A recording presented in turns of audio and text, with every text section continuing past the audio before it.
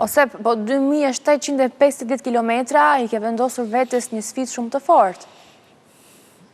Por për një shkak të bukur, për një arsye të bukur.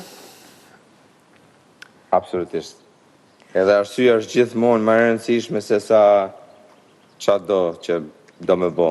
Le ta fillojmë me arsyen. Çfarë ka pasur kaq speciale në lidhjen tënde me babain? Pra,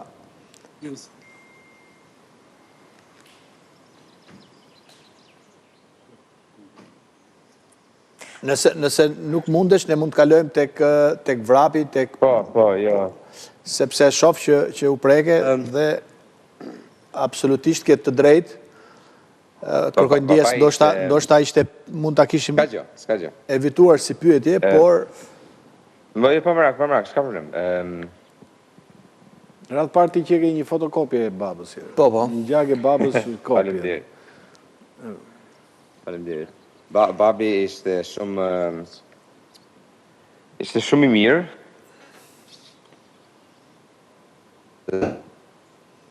Unë besoj që ai ka pas një potencialitet shumë të madh, një aftësi shumë të madhe, por ja që nuk e shfrytëzoi shumë, nuk e shfrytëzoi mirë.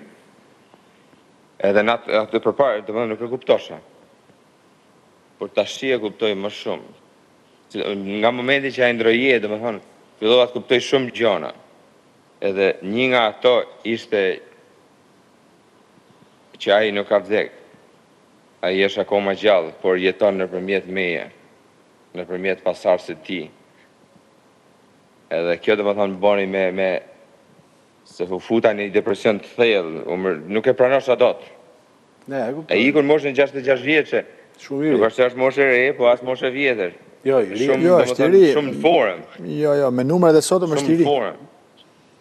Edhe këtu faktikisht është ndafme time 3 vjet para se më ndroi jetë. Edhe tash që ka 10 vjetorin me 23 qershor, tash do shkoj me vrap nga shtëpia ime ke shtëpia e tij.